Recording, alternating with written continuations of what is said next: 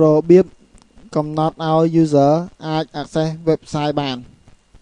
ទី1ខ្ញុំបើក user ក្នុងការ test website សិន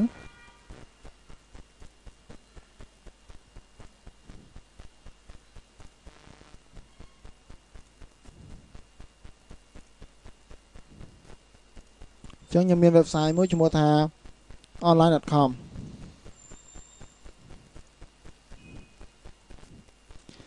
ចឹងនៅលើ machine client គឺវាមិនអាច access website online បានទេ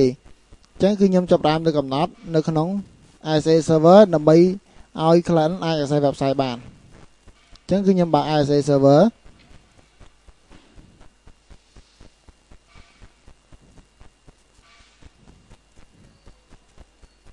បន្ទាប់មកខ្ញុំ click ទៅលើ firewall policy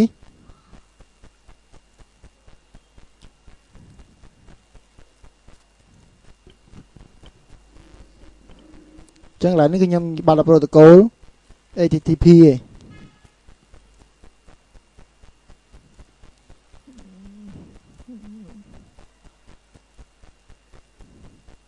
ខ្ញុំ select យក select protocol add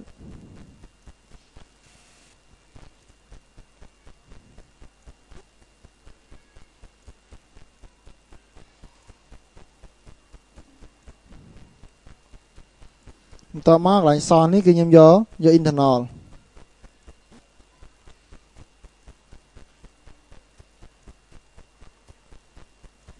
destination គឺខ្ញុំយក external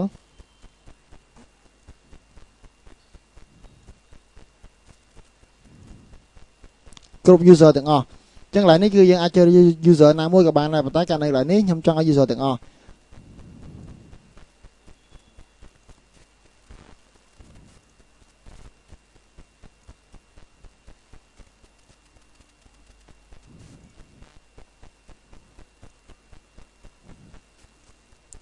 អញ្ចឹងយើងចាប់ផ្ដើមទៅបើកលើ machine client វិញសាកល្បង access website online ម្ដងទៀត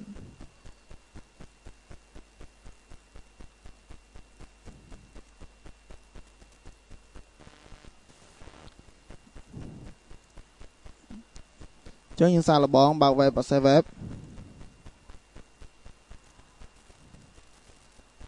បាទអញ្ចឹងនៅ client វាអាច access web បានហើយអញ្ចឹងខ្ញុំបិទខ្ញុំសាកល្បង access website ម្ដងទៀត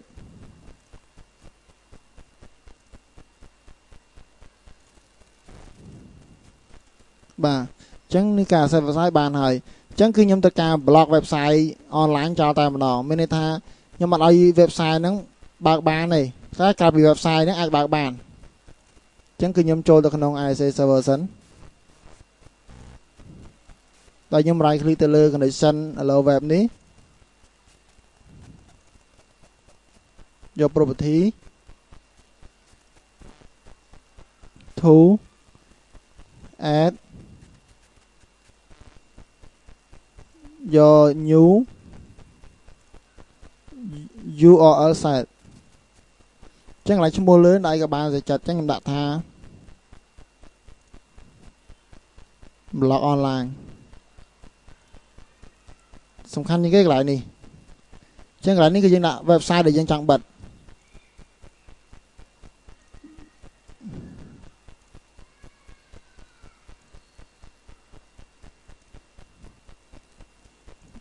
www.online.com អញ្ចឹងយើងចង់បិទ website ហ្នឹងបើមិនយើងចង់បិទ website ផ្សេងៗទៀតឧទាហរណ៍យើង Yahoo អញ្ចឹងយើង add មកកន្លែងថែមទៀតមក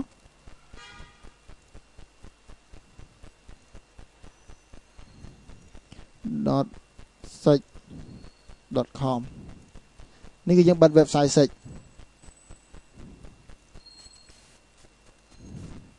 បន្ទាប់មកវាស្ថិតនៅក្នុង URL set គឺយើងយកពាក្យថា blog online ដែលយើងបានបង្កើតមិញហ្នឹង add អញ្ចឹងវា add ចូលមកហើយ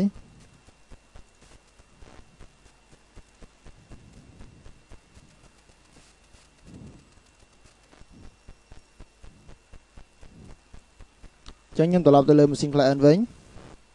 ធ្វើការ access web ម្ដងទៀត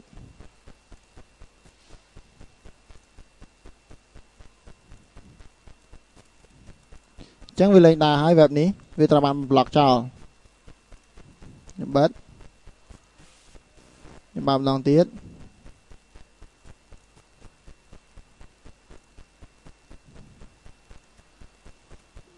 អត់ដើរទេបាទ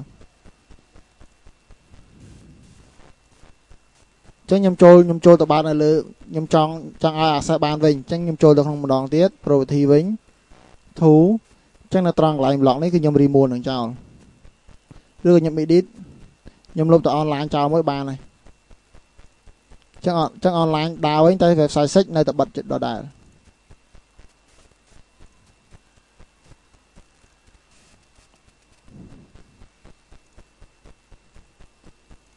ខ្ញុំចូល client ចាប់បាន access website online ម្ដងទៀត